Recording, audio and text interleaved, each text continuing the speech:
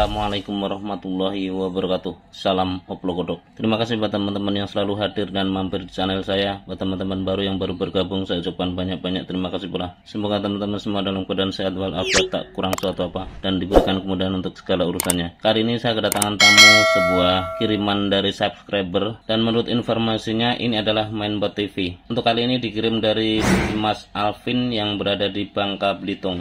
Untuk lebih detailnya seperti apa, mari kita bongkar untuk paketnya. Lanjut.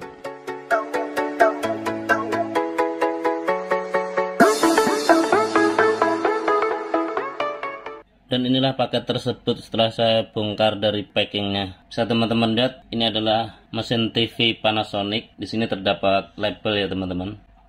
Nah, di sini tertulis Panasonic LED untuk tipe TH32D302G.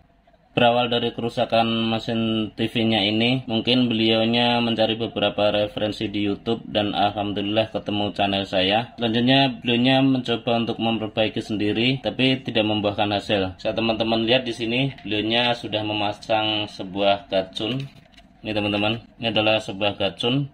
Ya mungkin beliaunya sudah mentok. Selanjutnya untuk mesin TV ini dikirim ke saya. Seperti biasa, sebelum kita melakukan usaha perbaikan, tentunya kita harus mempelajari bagaimana skema dan cara kerja dari mesin TV Panasonic untuk tipe TH32D302G ini. Dengan dipasangnya sebuah modul gacun seperti ini, tentunya teman-teman bisa memperkirakan kerusakan dari TV ini. Pada dasarnya untuk blok mesin TV ini terbagi menjadi dua bagian. Bisa teman-teman lihat di sini ada sebuah garis yang melewati trafonya ini. Coba kalau saya balik, nah di sini juga sama, ada garis ini teman-teman. Dan garis inilah yang memisahkan antara area primer dan area sekunder. Untuk komponen yang berada di dalam garis di sini, ini adalah area primer. Selanjutnya untuk komponen yang terletak di luar garis yang ini adalah area sekunder. Dan untuk kasus mati total, tentunya permasalahan itu ada di area primer ya teman-teman. Coba saya putar.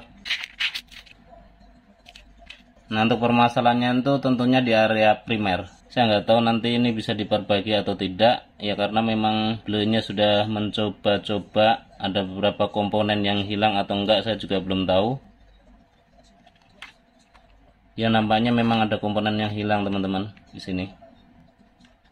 Di sini sih harusnya ada IC driver PWM yang memberikan sinyal-sinyal PWM ke MOSFET-nya yang di sini. Dan bisa kita lihat juga untuk MOSFET-nya juga sudah tidak ada ya teman-teman, karena memang beliaunya tuh sudah mengganti dengan modul gacunnya ini.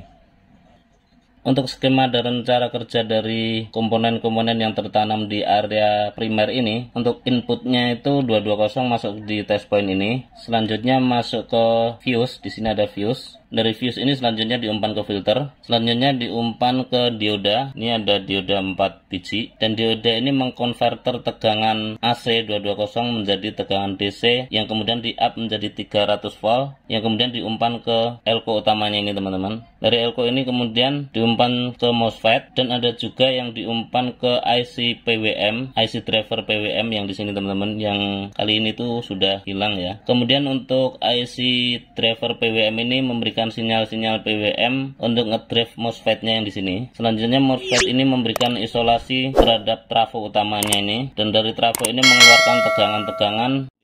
Kemudian dari trafo ini mengeluarkan outputnya yang disearahkan dengan dioda. Di sini ada dioda, ini pun dioda, yang kemudian difilter elko-elko dan diumpan ke komponen-komponen di area sekunder. Kurang lebih untuk skema dan cara kerjanya seperti itu. Selanjutnya untuk kali ini saya akan lakukan penelusuran dulu, pengecekan terlebih dahulu apakah ada komponen-komponen yang terukur short atau seperti apa. Lanjut. Untuk memastikan apakah komponen-komponen di area primer ini ada yang short atau tidak, di sini saya gunakan range pengukuran buzzer. Artinya jika terdengar bunyi bip panjang seperti ini, nah ini artinya terhubung ya teman-teman, atau short. Di pengukuran pertama kita pastikan untuk fuse ini apakah putus atau tidak.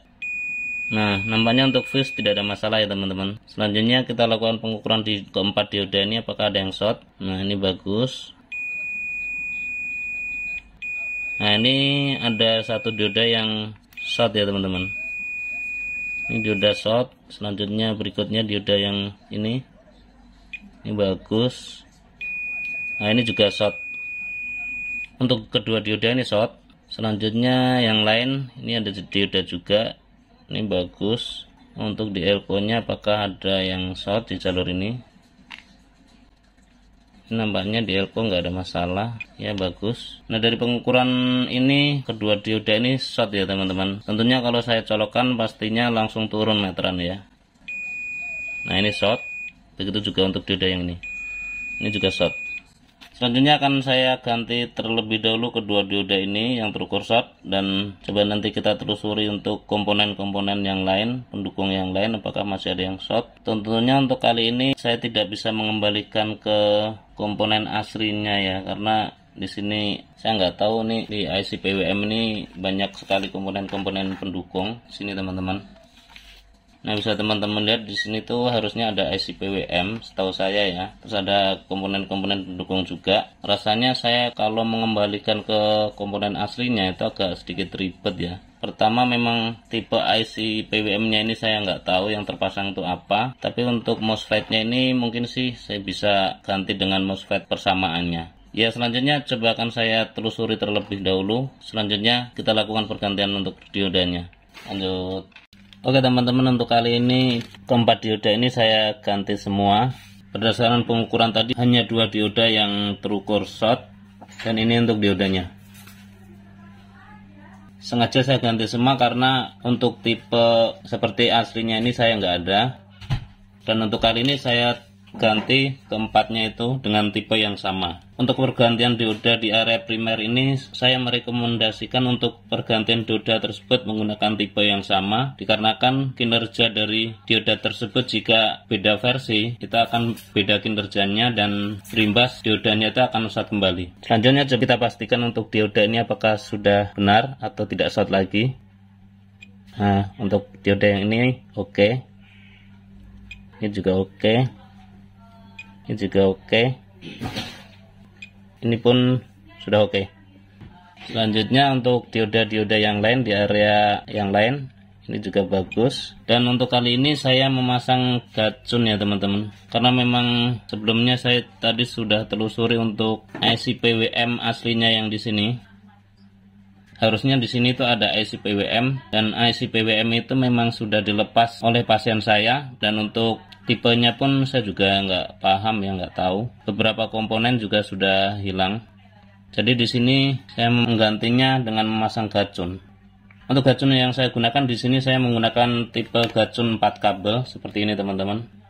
Ini ada 4 kabel terdiri dari putih, biru, merah, dan hitam. Untuk instalasinya hitam, ini kita hubungkan ke ground dari elko ini. Selanjutnya merah ini kita hubungkan ke drain dari MOSFET aslinya. Selanjutnya biru ini kita hubungkan ke kaki optokopel. Nah ini kaki keempat dari optokopel. Di sini untuk optokopel ini terdapat marking dot di sini. Ini adalah pin 1, selanjutnya pin 2, pin 3, dan pin 4. Untuk kabel warna biru ini kita hubungkan ke pin 4 dari optokopel sebagai kontrolnya nanti. Selanjutnya di sini ada kabel putih, dan kabel putih ini dihubungkan ke VCC in dari IC driver yang lama. Bisa kita urutkan, dan biasanya di sebelah-sebelah ini tuh ada elko, dan di sini teman-teman ini elko-nya. Kita ambilkan dari jalur elko positif ini. Kalau saya balik, nah seperti ini. Kita hubungkan ke jalur plus elko yang kecil tadi. Untuk skema penginstalannya sih teman-teman bisa browsing di beberapa tutorial banyak teman-teman yang share. Dan nantinya ini untuk modul gacun ini saya tempelkan di sini. Saya gunakan double tip mungkin ya, atau seperti apa biar terlihat lebih rapi. Selanjutnya langsung kita coba hidupkan untuk mainboard ini. Saya colokkan dan langsung kita lakukan pengukuran di area sekunder aja ya teman-teman. Untuk groundnya saya tusukkan di sini. Selanjutnya untuk outputnya kita lakukan pengukuran di dioda ini sebuah dioda juga. Nah alhamdulillah ya teman-teman, bisa teman-teman lihat untuk outputnya sudah keluar, terukur 11,99 volt. Oh ya, terukur 12 volt untuk di test point ini. Selanjutnya di test point dioda berikutnya di sini juga ada dioda, terukur 28,24 volt. Dan output ini untuk driver backlight untuk menyalakan lampu backlightnya. Di sini terukur 28 volt. Dan coba kita lakukan pengukuran di test point lain. Di USB harus terukur 5 volt. USB tampaknya belum ada karena memang TV belum setar kayaknya teman. Coba kalau saya posisikan terbalik biar kita lebih enak untuk mengukurnya. Kita ukur kembali untuk test point USB.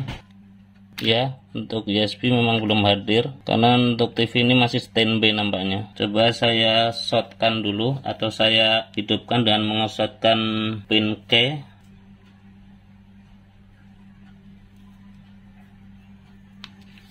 Nah, sudah saya shortkan. Kembali kita pastikan untuk 5 voltnya apakah sudah hadir di port USB nya.